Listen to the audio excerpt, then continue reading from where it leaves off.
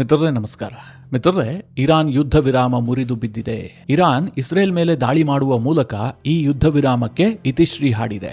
ಅತ್ತ ಕಡೆಯಲ್ಲಿ ಇಸ್ರೇಲ್ ಕೂಡ ಇರಾನ್ ಮೇಲೆ ತೀವ್ರತರವಾದಂತಹ ಪ್ರತಿದಾಳಿ ಮಾಡಿದೆ. ಇದರ ನಡುವೆ ಡೀಲ್ನ ಕನಸು ಕಾಣ್ತಾ ಇದ್ದಂತಹ ಟ್ರಂಪ್ಗೆ ಮತ್ತೊಂದು ದೊಡ್ಡ ಮುಖಭಂಗ ಆಗಿದೆ. ಇರಾನ್ ಇಸ್ರೇಲ್ ಮೇಲೆ ದಾಳಿ ಮಾಡುತ್ತಿದ್ದ ಹಾಗೆ ನೆತನ್ಯಾಹುಗೆ ಕರೆ ಮಾಡಿದಂತಹ ಟ್ರಂಪ್ ಯಾವುದೇ ಕಾರಣಕ್ಕೂ ಕೂಡ ಪ್ರತಿದಾಳಿಯನ್ನು ನಡೆಸದಂತೆ ಸೂಚನೆಯನ್ನ ಕೊಟ್ಟಿದ್ರು. ಆದರೆ ನೆತನ್ಯಾಹು ಟ್ರಂಪ್ ಅವರ ಮಾತಿಗೆ ಡೋಂಟ್ ಕೇರ್ ಅಂತ ಹೇಳಿಬಿಟ್ಟು ವಿಪರೀತವಾದಂತಹ ಪ್ರತಿದಾಳಿ ನಡೆಸಿದ್ದಾರೆ. ಯುದ್ಧ ಒಂದು ಹಂತಕ್ಕೆ ಸ್ಫೋಟಗೊಂಡಿದೆ. ಇದರ ಪರಿಣಾಮ ಏನು ಕೇಳಿದ್ರೆ, ಈಗಾಗಲೇ ಅಂತಾರಾಷ್ಟ್ರೀಯ ಮಾರುಕಟ್ಟೆಯಲ್ಲಿ ತೈಲ ಬೆಲೆ ಗಗನಕ್ಕೇರಿದೆ. ಇದು ಬಹಳ ದೊಡ್ಡ ಬೆಳವಣಿಗೆ. ಯುದ್ಧ ಮತ್ತೆ ತೀವ್ರಗೊಳ್ಳುವಂತಹ ಎಲ್ಲಾ ಸಾಧ್ಯತೆಗಳು ಕೂಡ ಇದ್ದಾವೆ. ಇದರ ನಡುವೆ ಇಷ್ಟು ದಿನ ಪಾಕಿಸ್ತಾನ ಮಧ್ಯಸ್ಥಿಕೆಗೆ ಒಂದಷ್ಟು ಯತ್ನ ಮಾಡಿತ್ತಲ್ಲ, ಈಗ ಕತಾರ್ ಫೀಲ್ಡಿಗಿಳಿದಿದೆ. ಇದೆಲ್ಲದರ ಬಗ್ಗೆ ಈ ವಿಡಿಯೋದಲ್ಲಿ ನಿಮಗೆ ಡೀಟೇಲ್ ಆಗಿ ಮಾಹಿತಿ ಕೊಡುವಂತಹ ಪ್ರಯತ್ನ ಮಾಡ್ತೀನಿ.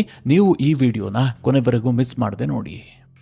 ಮಿತ್ರರೇ, ನಿಮಗೆ ನೆನಪಿರಬಹುದು, ನಾನು ಹಲವು ಬಾರಿ ಒಂದು ಮಾತನ್ನ ನಿಮಗೆ ಹೇಳಿದ್ದೆ.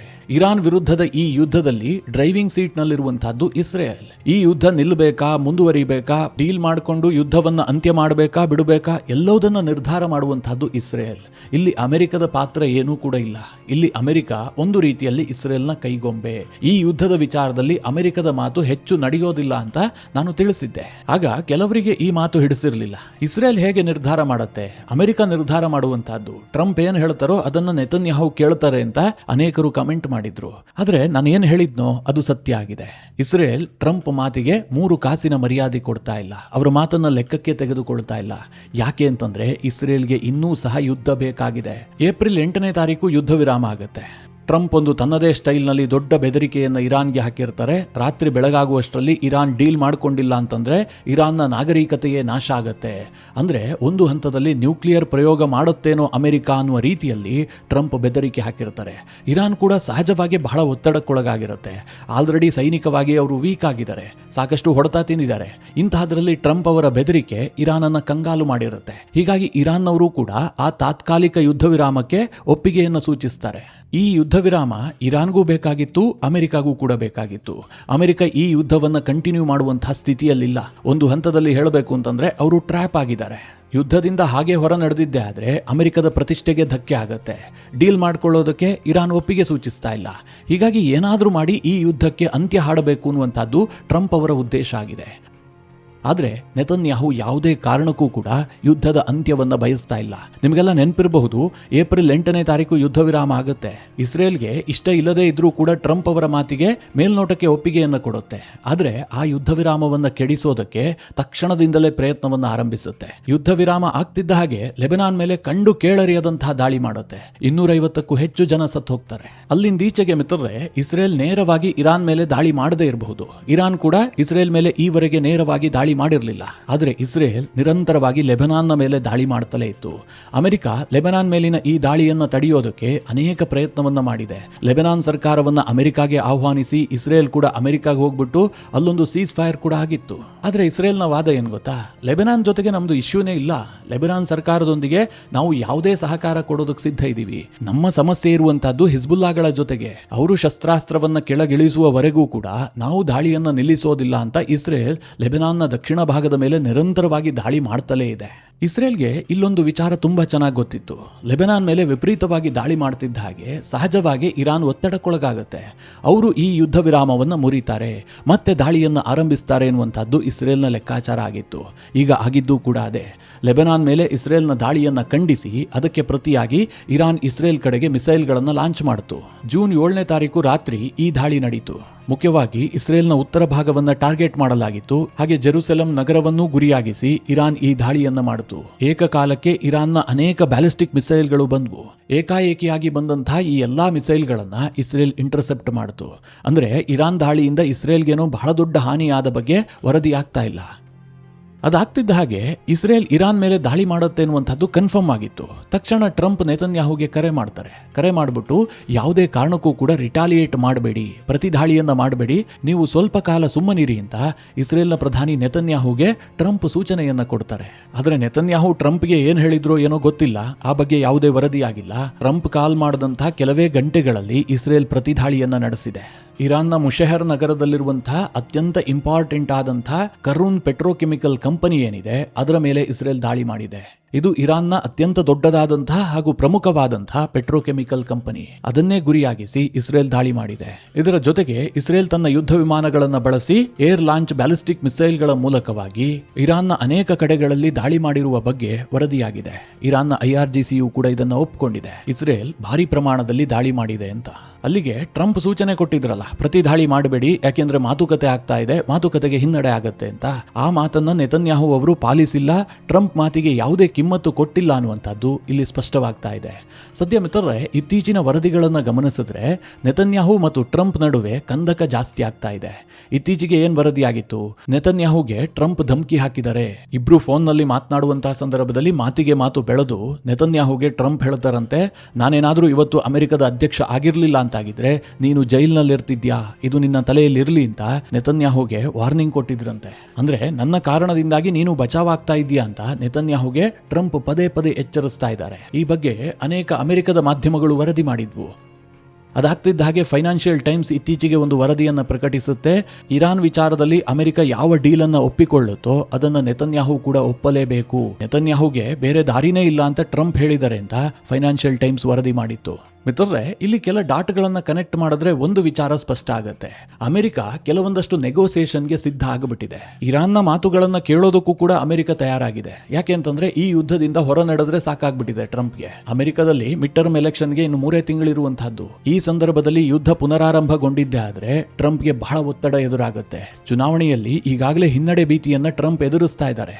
ಟ್ರಂಪ್ ಅವರ ಅಪ್ರೂವಲ್ ರೇಟಿಂಗ್ ಇದೆಯಲ್ಲ, ಇದು ಬಹಳ ಕೆಳಮಟ್ಟಕ್ಕೆ ಕುಸಿದಿದೆ. ಇದರ ಆಧಾರದಲ್ಲೇ ಹೇಳೋದಾದ್ರೆ ಈ ಚುನಾವಣೆಯಲ್ಲಿ ಟ್ರಂಪ್ ಹೀನಾಯವಾಗಿ ಸೋತ್ ಹೋಗ್ತಾರೆ. ಅದರ ನಡುವೆ ಪುನಃ ಯುದ್ಧ ಶುರುವಾಯಿತು ಅಂತಾದ್ರೆ ಟ್ರಂಪ್ ಅವರ ರಿಪಬ್ಲಿಕನ್ ಪಕ್ಷ ಮಕಾಡೆ ಮಲಗ್ ಹೋಗುತ್ತೆ. ಹೀಗಾಗಿ ಯುದ್ಧದಿಂದ ಹೊರಬರೋದಕ್ಕೆ ಒಂದು ಡೀಲ್ ಮಾಡಿಕೊಂಡು ನಾವು ಗೆದ್ವಿ ಅಂತ ಬಿಂಬಿಸಿಕೊಳ್ಳೋದಕ್ಕೆ ಟ್ರಂಪ್ ನಾನಾ ರೀತಿಯಲ್ಲಿ ಪ್ರಯತ್ನದ ಮೇಲೆ ಪ್ರಯತ್ನ ಮಾಡ್ತಾ ಇದ್ದಾರೆ. ಇರಾನ್ ಮೇಲೆ ಒತ್ತಡದ ಮೇಲೆ ಒತ್ತಡ ಹಾಕ್ತಾ ಇದ್ದಾರೆ. ಯಾವುದೂ ಕೂಡ ಫಲ ಕೊಡ್ತಾ ಇಲ್ಲ. ಯಾಕೆ ಫಲ ಕೊಡ್ತಾ ಇಲ್ಲ ಅಂತಂದ್ರೆ ಇಸ್ರೇಲ್ ಕಾರಣ. ಇಸ್ರೇಲ್ಗೆ ಯಾವುದೇ ಡೀಲ್ ನಲ್ಲೂ ಕೂಡ ನಂಬಿಕೆ ಇಲ್ಲ. ಅವರ ಉದ್ದೇಶ ಇರುವಂತಹದ್ದು ಬಹಳ ಸ್ಪಷ್ಟ. ಇರಾನ್ ಅನ್ನ ಕಂಪ್ಲೀಟ್ ಆಗಿ ನಾಶ ಮಾಡಬೇಕು, ಅಲ್ಲಿ ರೆಜಿಮ್ ಚೇಂಜ್ ಆಗಬೇಕು. ಈಗಿರುವಂತಹ ಅಯತುಲ್ಲಾಗಳ ಸರ್ಕಾರ ಅಲ್ಲಿರಬಾರದು. ಇರಾನ್ನ ವಿಪಕ್ಷ ಅಂದ್ರೆ ಇರಾನ್ನ ಸರ್ಕಾರವನ್ನ ವಿರೋಧಿಸುವವರು ಯಾರಿದಾರೋ ಅವರ ಕೈಗೆ ಅಧಿಕಾರ ಸಿಗಬೇಕು. ಇದು ಇಸ್ರೇಲ್ನ ಸ್ಪಷ್ಟ ಉದ್ದೇಶ. ಅದೇ ಗುರಿಯನ್ನ ಇಟ್ಟುಕೊಂಡೇ ಇಸ್ರೇಲ್ ಯುದ್ಧವನ್ನ ಈ ಹಿಂದೆ ಆರಂಭಿಸಿತ್ತು. ಆದರೆ ಅಮೆರಿಕಾಗೆ ಅಷ್ಟೆಲ್ಲ ಪೇಷನ್ಸ್ ಇಲ್ಲ. ಅವರೇನು ಅಂದುಕೊಂಡಿದ್ರು, ಅಯತುಲ್ಲಾ ಅಲಿ ಖಮೆನಾಯಿನನ್ನ ಹತ್ಯೆ ಮಾಡ್ತಿದ್ದ ಹಾಗೆ ಇರಾನ್ ಸರೆಂಡರ್ ಆಗಿಬಿಡುತ್ತೆ, ನಾವು ಗೆದ್ದುಬಿಟ್ವಿ ಅಂತ ಘೋಷಣೆ ಮಾಡಬಹುದು. ಹೇಗೆ ವೆನಿಜುಲಾದಲ್ಲಿ ಯಶಸ್ಸು ಸಿಕ್ತೋ ಅದೇ ರೀತಿಯ ಯಶಸ್ಸು ಇರಾನ್ ವಿಚಾರದಲ್ಲೂ ಸಿಕ್ಕಿದ್ದೆ ಆದ್ರೆ ಅಮೆರಿಕದ ಖ್ಯಾತಿ ಎಲ್ಲಿಗೆ ಹೋಗುತ್ತೆ? ಟ್ರಂಪ್ ಅವರು ಅಮೆರಿಕದ ಇತಿಹಾಸದಲ್ಲಿ ಚಿರಸ್ಥಾಯಿ ಆಗಿಬಿಡ್ತಾರೆ. ಇದೆಲ್ಲ ಟ್ರಂಪ್ ಅವರ ಕಲ್ಪನೆಗಳು. ಆದರೆ ನಿರಂತರವಾಗಿ ಯುದ್ಧ ಮಾಡಿ ಅಮೆರಿಕ ತನ್ನೆಲ್ಲಾ ಶಕ್ತಿಯನ್ನ ಪ್ರಯೋಗ ಮಾಡಿದ ಬಳಿಕವೂ ಕೂಡ ಇರಾನ್ನ ದಾಳಿಯ ಸಾಮರ್ಥ್ಯ ಕಡಿಮೆ ಆಗಿಲ್ಲ. ಇರಾನ್ ಮಿಸೈಲ್ಗಳ ಮೇಲೆ ಮಿಸೈಲ್ ಅನ್ನು ಲಾಂಚ್ ಮಾಡ್ತಲೇ ಇತ್ತು. ಅನಂತರದಲ್ಲಿ ಏಪ್ರಿಲ್ 8ನೇ ತಾರೀಕು ಒಂದು ತಾತ್ಕಾಲಿಕ ಯುದ್ಧ ವಿರಾಮ ಆಗುತ್ತಲ್ಲ, ಅದಾದ ಬಳಿಕ ಟ್ರಂಪ್ ಈ ಡೀಲ್ಗಾಗಿ ಸಾಕಷ್ಟು ಪ್ರಯತ್ನ ಪಡ್ತಾ ಇದ್ದಾರೆ. ಇರಾನ್ ಜೊತೆಗೆ ಅನೇಕ ಸುತ್ತಿನ ನೆಗೋಸಿಯೇಷನ್ ನಡೀತಲೇ ಇದೆ. ಆದ್ರೆ ಕೆಲ ವಿಚಾರಕ್ಕೆ ಇರಾನ್ ಈಗಲೂ ಕೂಡ ಒಪ್ಕೊಳ್ತಾ ಇಲ್ಲ. ಅವ್ರೇನ್ ಹೇಳ್ತಾ ಇದ್ದಾರೆ, ಯಾವುದೇ ಕಾರಣಕ್ಕೂ ನಮ್ಮ ನ್ಯೂಕ್ಲಿಯರ್ ಪ್ರೋಗ್ರಾಮ್ ಅನ್ನ ನಾವು ಕೈ ಬಿಡೋದಿಲ್ಲ, ಎನ್ರಿಚ್ ಆಗಿರುವಂತಹ ಯುರೇನಿಯಂ ಅನ್ನ ನಾವು ಅಮೆರಿಕಾಗೆ ಹಸ್ತಾಂತರ ಮಾಡೋದಿಲ್ಲ. ಇದು ಇರಾನ್ನ ಸ್ಪಷ್ಟ ಮಾತುಗಳು. ಇಲ್ಲಿ ಇರಾನ್ ವಿಚಾರದಲ್ಲಿ ಒಂದು ಗಮನಿಸಬೇಕಾದ ಅಂಶ ಕೂಡ ಇದೆ. ಈ ಅಮೆರಿಕ ಮತ್ತು ಇಸ್ರೇಲ್ ಇರಾನ್ ಮೇಲೆ ಯುದ್ಧ ಮಾಡಿ ಅಲ್ಲಿನ ಅಯತುಲ್ಲಾ ಅಲಿ ಖಮೆನಾಯಿನನ್ನ ಹತ್ಯೆ ಮಾಡುತ್ತಲ್ಲ, ಅದಾದ ಬಳಿಕ ಆದಂತಹ ದೊಡ್ಡ ದುರಂತ ಏನು ಗೊತ್ತಾ? ಇಡೀ ಇರಾನ್ IRGCಯ ಕಂಟ್ರೋಲ್ಗೆ ಹೋಗಿದೆ. ಈ IRGC ಈ ಹಿಂದೆ ಇದ್ದಂತಹ ಆಡಳಿತಕ್ಕಿಂತ ಹೆಚ್ಚು ಹಾರ್ಡ್ ಕೋರ್ ಮಂದಿ, ಅಂದ್ರೆ ಕಟ್ಟರ್ಗಳು. ಅವರು ಯಾವುದೇ ಕಾರಣಕ್ಕೂ ಬಗ್ಗುತ್ತಾ ಇಲ್ಲ. ಡೂ ಆರ್ ಡೈ ಅನ್ನುವಂತಹ ಪಾಲಿಸಿಯನ್ನು ಅಡಾಪ್ಟ್ ಮಾಡಿಕೊಂಡಿದ್ದಾರೆ. ಹೀಗಾಗಿ ಟ್ರಂಪ್ ಏನೇ ಡೀಲ್ ಅನ್ನ ಇರಾನ್ನ ಮುಂದಿಟ್ಟರೂ ಕೂಡ ಅದರಲ್ಲಿ ಒಂದು ಕನ್ಕ್ಲೂಷನ್ಗೆ ಬರೋದಕ್ಕಾಗ್ತಾ ಇಲ್ಲ. ಈಗ ವಿಚಿತ್ರ ಸನ್ನಿವೇಶದಲ್ಲಿ ಇರಾನೇ ಇಸ್ರೇಲ್ ಮೇಲೆ ದಾಳಿ ಮಾಡ್ತಲ್ಲ, ಇದು ಇಸ್ರೇಲ್ಗೆ ಮತ್ತಷ್ಟು ಶಕ್ತಿ ಕೊಟ್ಟಿದೆ. ಯಾಕೆಂದ್ರೆ ಇಸ್ರೇಲ್ ಗ್ಲೋಬಲ್ ಲೆವೆಲ್ನಲ್ಲಿ ಹೇಳಬಹುದಲ್ವಾ, ನಾವೇನು ಯುದ್ಧ ವಿರಾಮ ಮುರಿದಿದ್ದಲ್ಲ, ಇರಾನ್ ನಮ್ಮ ಮೇಲೆ ದಾಳಿ ಮಾಡ್ತು, ನಾವು ರಿಟಾಲಿಯೇಟ್ ಮಾಡ್ತಾ ಇದ್ದೀವಿ ಅಂತ. ಒಟ್ಟಿನಲ್ಲಿ ಈ ಸಂಘರ್ಷ ಪುನಃ ಆರಂಭವಾಗ್ತಿದ್ದ ಹಾಗೆ ಜಾಗತಿಕ ಮಟ್ಟದಲ್ಲಿ ತೈಲ ಬೆಲೆಯಲ್ಲಿ ಮತ್ತೆ ಏರಿಳಿತ ಶುರುವಾಗಿದೆ. ಈ ಹಿಂದೆ ಪ್ರತಿ ಬ್ಯಾರಲ್ಗೆ $125-126 ರೀಚ್ ಆಗಿದ್ದಂತಹ ಕ್ರೂಡ್ ಆಯಿಲ್ ಬೆಲೆ ಜೂನ್ 6ನೇ ತಾರೀಕು $90ಗೆ ಇಳಿಕೆ ಆಗಿತ್ತು. ಇಡೀ ವಿಶ್ವ ಸಮಾಧಾನ ಪಟ್ಟುಕೊಂಡಿತ್ತು. ಇದೇ ರೀತಿಯಾಗಿ ಮುಂದುವರೆದಿದ್ದೆ ಆದರೆ ಮುಂದಿನ ಕೆಲ ದಿನಗಳಲ್ಲಿ $80-85ಗೆ ಬರಬಹುದು, ಯುದ್ಧ ಪೂರ್ವ ಸನ್ನಿವೇಶಕ್ಕೆ ನಾವು ಮರಳಬಹುದು ಅನ್ನುವಂಥ ವಿಶ್ವಾಸ ವ್ಯಕ್ತವಾಗಿತ್ತು. ಈಗ ಇರಾನ್ ಮತ್ತು ಇಸ್ರೇಲ್ ನಡುವೆಯೇ ದಾಳಿ ಮತ್ತು ಪ್ರತಿದಾಳಿ ಆರಂಭವಾದ ಕಾರಣದಿಂದಾಗಿ ತೈಲ ಬೆಲೆ ಮತ್ತೆ ಏರಿಕೆ ಕಂಡಿದೆ. ಇವತ್ತು ನಾನು ಈ ವಿಡಿಯೋ ರೆಕಾರ್ಡ್ ಮಾಡುವಂತಹ ಸಂದರ್ಭದಲ್ಲಿ ಪ್ರತಿ ಬ್ಯಾರಲ್ ತೈಲದ ಬೆಲೆ $97 ರೀಚ್ ಆಗಿದೆ. ಭಾರತದಂತಹ ರಾಷ್ಟ್ರಗಳಿಗೆ ಇದು ನಿಜಕ್ಕೂ ಕೂಡ ಆಘಾತಕಾರಿ. ಸದ್ಯದ ಪರಿಸ್ಥಿತಿಯಲ್ಲಿ ಅಂತಾರಾಷ್ಟ್ರೀಯ ವಿಶ್ಲೇಷಕರು ಹೇಳ್ತಾ ಇರುವಂತಹ ಪ್ರಕಾರ ಮುಂದಿನ 48 ಗಂಟೆಗಳು ಬಹಳ ನಿರ್ಣಾಯಕ. ಯಾಕೆ ಕೇಳಿದ್ರೆ ಇರಾನ್ ಮತ್ತು ಅಮೆರಿಕದ ನಡುವೆ ಒಂದು ಡೀಲ್ ಅನ್ನ ಸಾಧಿಸೋದಕ್ಕೆ ಅನೇಕ ರೀತಿಯಲ್ಲಿ ಪ್ರಯತ್ನಗಳು ನಡೀತಾ ಇದಾವೆ. ಕತಾರ್ ಫೀಲ್ಡಿಗೆ ಇಳಿದಿದೆ. ಕತಾರ್ನ ವಿದೇಶಾಂಗ ಸಚಿವ ಇರಾನ್ನ ವಿದೇಶಾಂಗ ಸಚಿವರ ಜೊತೆಗೆ ಮಾತುಕತೆ ನಡೆಸಿದ್ದಾರೆ.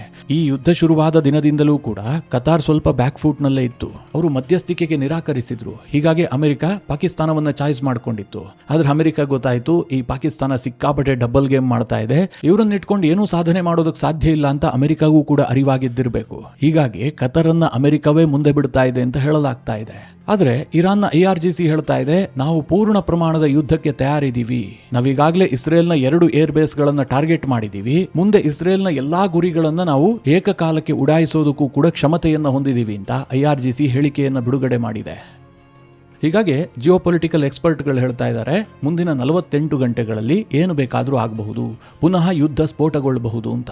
ಮಿತ್ರರೇ, ಸದ್ಯದ ಪರಿಸ್ಥಿತಿಯನ್ನು ನೋಡಿದ್ರೆ ನನಗೇನು ಅನ್ಸುತ್ತೆ ಅಂದ್ರೆ ಟ್ರಂಪ್ ಅವರ ಹಾವಭಾವ ನೋಡಿದ್ರೆ ಅಮೆರಿಕ ಯುದ್ಧದಿಂದ ಹಿಂದೆ ಸರಿಯುವಂತಹ ಸಾಧ್ಯತೆಗಳಿದ್ದಾವೆ. ಕಂಪ್ಲೀಟ್ ಇಸ್ರೇಲ್ ಅನ್ನ ಮುಂದೆ ಬಿಟ್ಟು, ಇಸ್ರೇಲ್ ನಮ್ಮ ಮಾತು ಕೇಳ್ತಾ ಇಲ್ಲ, ನಾವು ಶಾಂತಿಯನ್ನ ಬಯಸಿದ್ವಿ, ಇಸ್ರೇಲ್ ಅಗ್ರೆಷನ್ ಅನ್ನ ತೋರಿಸ್ತಾ ಇದೆ ಅಂತ ಟ್ರಂಪ್ ಒಂದು ಸ್ಟೇಟ್ಮೆಂಟ್ ಅನ್ನ ಕೊಟ್ಟು ಯುದ್ಧದಿಂದ ಹಿಂದೆ ಸರಿದ್ರೂ ಕೂಡ ಆಶ್ಚರ್ಯ ಇಲ್ಲ. ಯಾಕೆ ಅಂತಂದ್ರೆ ಅಮೆರಿಕ ಆ ಪರಿಸ್ಥಿತಿಯನ್ನ ಬಂದು ತಲುಪಿದೆ. ಇಸ್ರೇಲ್ ಏಕಾಂಗಿ ಆಗೋದಿದೆಯಲ್ಲ, ಇದು ಇರಾನ್ಗೆ ಬಹಳ ಡೇಂಜರ್. ಅದು ಹೇಗೆ ಅಂತ ನಿಮ್ಗೆ ಅನ್ನಿಸಬಹುದು. ಯಾಕೆಂದ್ರೆ ಇಸ್ರೇಲ್ ವೀಕ್ ಆಗುತ್ತಲ್ವಾ, ಅಮೆರಿಕದ ಸಪೋರ್ಟ್ ಇಲ್ಲ ಅಂತಂದ್ರೆ ಇಸ್ರೇಲ್ ಹೇಗೆ ಸರ್ವೈವಲ್ ಆಗುತ್ತೆ ಅಂತ. ಮಿತ್ರರೇ, ಇಸ್ರೇಲ್ ಒಂದು ನ್ಯೂಕ್ಲಿಯರ್ ಪವರ್ ದೇಶ. ನ್ಯೂಕ್ಲಿಯರ್ ಇರೋದು ಯಾಕೆ ಹೇಳಿ? ತನ್ನ ದೇಶದ ಅಸ್ತಿತ್ವದ ಪ್ರಶ್ನೆ ಬಂದಾಗ ಬಳಸೋದಕ್ಕೆ. ಇರಾನ್ ತನ್ನೆಲ್ಲಾ ಸಾಮರ್ಥ್ಯವನ್ನ ಬಳಸಿಕೊಂಡು ಇಸ್ರೇಲ್ ಮೇಲೆ ದಾಳಿ ಮಾಡೋದಕ್ಕೆ ಶುರು ಮಾಡಿದ್ರೆ ಇಸ್ರೇಲ್ ಒಂದು ಪುಟ್ಟ ದೇಶ, ಅದನ್ನ ಹೆಚ್ಚೊತ್ತು ತಡೆಯೋದಕ್ಕೆ ಅವರಿಗೂ ಕೂಡ ಕಷ್ಟ ಆಗುತ್ತೆ. ಅಂತಹ ಸನ್ನಿವೇಶದಲ್ಲಿ ಇಸ್ರೇಲ್ ಎಕ್ಸ್ಟ್ರೀಮ್ ಸ್ಟೆಪ್ ಗಳನ್ನು ತೆಗೆದುಕೊಳ್ಳಬಹುದು. ಅದು ಇರಾನ್ನ ಪಾಲಿಗೆ ವಿನಾಶಕಾರಿಯೂ ಕೂಡ ಆಗಬಹುದು. ಹೀಗಾಗಿ ಮುಂದೇನಾಗತ್ತೆ ಅನ್ನೋದ್ರ ಬಗ್ಗೆ ಇಡೀ ಜಗತ್ತಿಗೆ ಕುತೂಹಲಕ್ಕಿಂತಲೂ ಹೆಚ್ಚಾಗಿ ಭಯ ಇದೆ. ಮಿತ್ರರೇ, ಈ ಡೆವಲಪ್ಮೆಂಟ್ನ ಕುರಿತಾಗಿ ನೀವೇನು ಹೇಳ್ತೀರಿ? ನಿಮ್ಮ ಅನಿಸಿಕೆ ಅಭಿಪ್ರಾಯವನ್ನು ಕಮೆಂಟ್ ಮಾಡುವ ಮೂಲಕ ನಮಗೆ ತಿಳಿಸಿ. ಹಾಗೆ ನಿಮಗೆ ಈ ವಿಡಿಯೋ ಇಷ್ಟವಾದರೆ ಲೈಕ್ ಮಾಡಿ. ಜೊತೆಗೆ ನೀವಿನ್ನೂ ನಿಮ್ಮ ನೆಚ್ಚಿನ ಸಂಸ್ಕಾರ ಸೌರಭ ಯೂಟ್ಯೂಬ್ ಚಾನಲ್ನ ಸಬ್ಸ್ಕ್ರೈಬ್ ಮಾಡಿಲ್ಲ ಅಂತಾದರೆ ಈ ಕೂಡಲೇ ಸಬ್ಸ್ಕ್ರೈಬ್ ಮಾಡಿ. ಮುಂದಿನ ಎಲ್ಲ ಅಪ್ಡೇಟ್ಗಳ ನೋಟಿಫಿಕೇಷನ್ಗಾಗಿ ಬೆಲ್ ಐಕಾನ್ ಒತ್ತಿ.